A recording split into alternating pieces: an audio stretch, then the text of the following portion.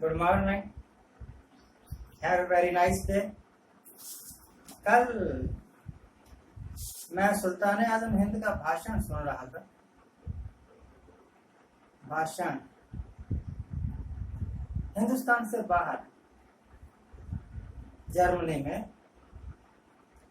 कुछ भारतीय लोगों को इकट्ठा करके, वो लोग जो जर्मनी में ही सेटल रहते हैं या वहां पर काम करने गए हुए हैं, उनको इकट्ठा करके उनके सामने भाषण दे रहे थे, अपनी उपलब्धियों का व्याख्यान कर रहे थे और पुरानी सरकारों की गलतियों को उजागर कर रहे। करना चाहिए। तो भैया कह रहे थे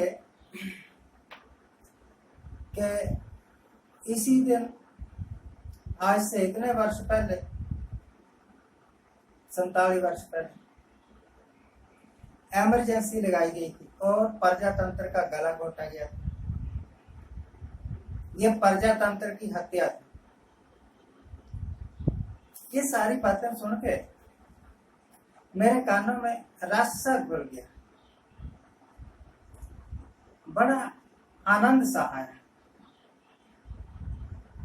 ऐसे ही जैसे आनंद तब आता होगा शायद जब कोई नौजवान खूबसूरत लड़की अपने बॉयफ्रेंड को कहती होगी कि मैं तुमसे बहुत प्यार करती हूँ, मैं तुम बिना जिंदा नहीं रह सकती। मुझे लगा कि सुल्तान आजम हिंद लोकतंत्र के बिना अपने आप को अधूरा सा समझेंगे। इसी करके लोकतंत्र के सबसे बड़े रक्षक होंगे शायद ये। फिर अचानक मेरे सामने सत्यानाशी आ गया, कहने लगा किन ख्यालों में खोए हुए हैं। मैंने कहा मैं खुश हो गया। सुल्तान आजम कह रहे हैं कि आज से 47 वर्ष पहले इमरजेंसी लगाई गई थी देश में और देश में लोकतंत्र का गला घोंट दिया गया था, हत्या की गई थी। और मैं खुश इस बात से हो रहा हूं कि सुल्तान आजम हिंद शायद डेमोक्रेसी के सबसे बड़े रक्षक हैं। तो मेरा दोस्त सत्यानाशी एकदम उबड़ पड़ा, बोला कि उस वक्त भी सुल्तान आजम हिंद लोकतंत्र के रक्षक थे जब उनकी आंखों के सामने सैकड़ों की तादाद में किसान मर रहे थे, दिल्ली के दरवाजे पर बैठे सत्याग्रह कर रहे थे साल भर से ऊपर, और उनकी बात सुनने वाला कोई नहीं था। तब भी थे ये लोकतंत्र के रक्षक। क्या तब भी लोकतंत्र के रक्षक थे जब रास्ते पर चलते हुए शांतिपूर्वक जाते हुए किसानों के ऊपर जीप चढ़ा के और मार दिया गया था इन्हीं की पार्टी के बंदों के द्वारा? क्या तब भी सुल्तान आजम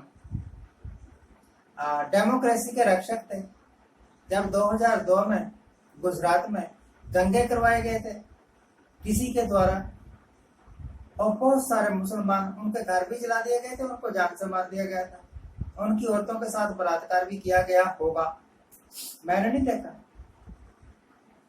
क्या तब भी सुल्तान आजम हैं लोकतंत्र के रक्षक होते हैं जब किसी स्टेट में लोकतंत्र की तरीके से चुनी गई सरकार को ये गिरा देते हैं और कुछ खरीद फरोख्त करके अपनी सरकार बना लेते हैं? सत्यानाशी, तुम झूठ बोल रहे हो, ऐसा तो कभी नहीं हुआ। तो ऐसे जैसे मेरा कान पकड़ के, मेरा नाक पकड़ के गुजरात की तरफ घुमा दिया हो, महाराष्ट्र की तरफ घुमा दिया हो, कहने लगे कि गुजरात में आजकल क्या हो रहा है और ये कौन करवा रहा है। मैं कहा ये तो गुजरात में शिवसेना का आंतरिक मामला होगा, शिवसेना का आंतरिक मामला। कहने लगे कि अगर शिवसेना का आंतरिक मामला है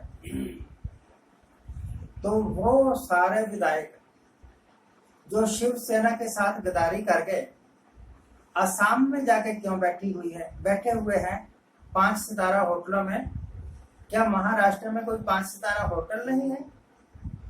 यह सारे होटल महाराष्ट्र के बुक हो चुके हैं। मुझे लगा कि सत्यानाशी हमारा मित्र सच बोल रहा है, तो मैं ही पूछ लेता हूं प्रधानमंत्री जी, जिस वक्त महाराष्ट्र जैसे किसी बड़े स्टेट में, बड़े राज्य में लोकतांत्रिक तरीके से चुनी हुई सरकार को आपके लोग या आपके इशारे पर कुछ लोग गिराने का काम करते हैं, क्या उस वक्त भी आप देश के लोकतंत्र के रक्षक होते हैं? क्या उस वक्त भी आप देश के संविधान के या लोकतंत्र के रक्षक होते हैं, जब आपके ही मिनिस्टर सड़क पर आके खुलेआम कहते हैं देश के गद्दारों को गोली मारो सालों को, और छोटा मोटा बंदा नहीं, आपके ही कैबिनेट के मिनिस्टर। अगर ये सारी बातें सच है तो विदेशों में जाकर ये अपना ही देश है, ऐसे झूठे बयान, ऐसे झूठे भाषण देना बंद करिए ना। ये पब्लिक है, सब जानती है कि आप कितने सच्चे हैं, आप कितने लोकतंत्र के रक्षक हैं। आज के लिए इतना ही। आज जिनका जन्मदिन है उनको हैप्पी बर्थडे, आज जिनकी मैरिज एनिवर्सरी है उनको बहुत बहुत शुभकामनाएं। सदा सुखी रहिए, आनंद प्रसन्न रहिए।